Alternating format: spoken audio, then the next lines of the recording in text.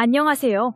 경제적, 육체적 어려움으로 힘든 분들에게 정확한 정보를 제공하여 희망적인 결과를 만들어드리는 산재 가이드입니다. 근로자가 산재, 즉 업무상 발생한 부상 또는 질병으로 인해 돌아가셨을 경우 사망보상금이 지급된다고 알려져 있는데요. 이는 크게 장례비와 유족급여로 구분할 수 있습니다. 장례비의 경우 장제를 수행한 사람이 유족인 경우라면 실제 지출 비용이 아닌 평균 임금 120일에 해당하는 금액을 일시로 지급하게 되어 있습니다.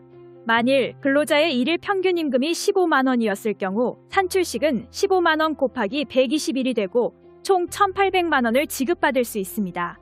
다음은 유족급여입니다. 사망보상금 중 그 비중이 큰 것은 바로 유족급여입니다. 시행령상 생계를 같이 하는 유족, 배우자, 자녀, 부모, 손자녀, 조부모, 형제에게 그 수급 자격이 있습니다. 주민등록표상 세대를 같이 하고 있던 동거 가족은 물론 주소지가 다르더라도 망인의 소득으로 생계의 전부 또는 상당 부분을 유지하고 있던 경우에도 해당이 됩니다. 산출 방법은 급여 기초연액의 47%가 기본금액이며 수급권자 1인당 5%씩 최대 4인까지 가상금액으로 인정됩니다. 예를 들어 평균 임금이 15만 원이고 유족이 4명인 근로자의 경우 기초연액 5,475만 원의 67%인 3,668만 2,500원이 12개월에 나누어 지급됩니다. 한 달에 305만 6,875원가량 되겠습니다. 그러나 이러한 사망보상금은 업무상 부상 또는 질병으로 인한 것임을 인정받은 이후에 지급받을 수 있는 것인데요. 실제로 뉴스 또는 인터넷에서 산재를 인정받지 못했다는 안타까운 소식을 들어보신 적 있을 것입니다. 업무를 처리함에 있어 입증되지 아니한 개별 상황이 참작되는 것이 아니다 보니 법에서 규정하는 사항 중 어느 하나라도 최저한의 적용 기준에 미달하면 그 자격을 인정받지 못하거나 승인을 거부당하는 일이 종종 발생하곤 합니다. 우선 근로기준법상의 근로자성을 검토해야 하는데요. 봉사활동이나 동호회 활동, 품앗이 등 임금을 목적으로 하였다고 판단되기 어려운 경우 산재 사망보상금은 지급되지 않습니다. 망인이 개인사업자 등록이 되어 있어 지급을 거부당하는 일도 종종 발생합니다.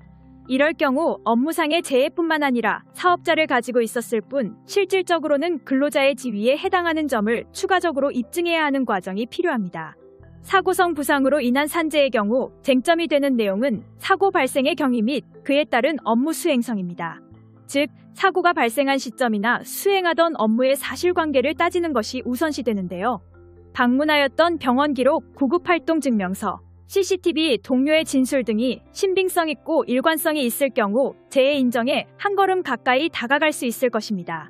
산재의 사망보상금 청구 및 수령에 있어 참으로 어려운 것은 근로자가 업무상 질병에 이환되었을 경우입니다. 진폐, 폐암, 백혈병 등 직업병은 물론 뇌출혈, 뇌경색, 심근경색 등 이른바 과로사로 이어지는 질환은 복합적인 원인으로 인해 발병하는 만큼 그 사망을 입증하는 데 많은 노력과 시간이 필요한 분야인데요. 직업병 또는 과로로 인해 돌아가신 근로자의 산재를 인정받기 위해서 쟁점이 되는 내용은 크게 두 가지입니다.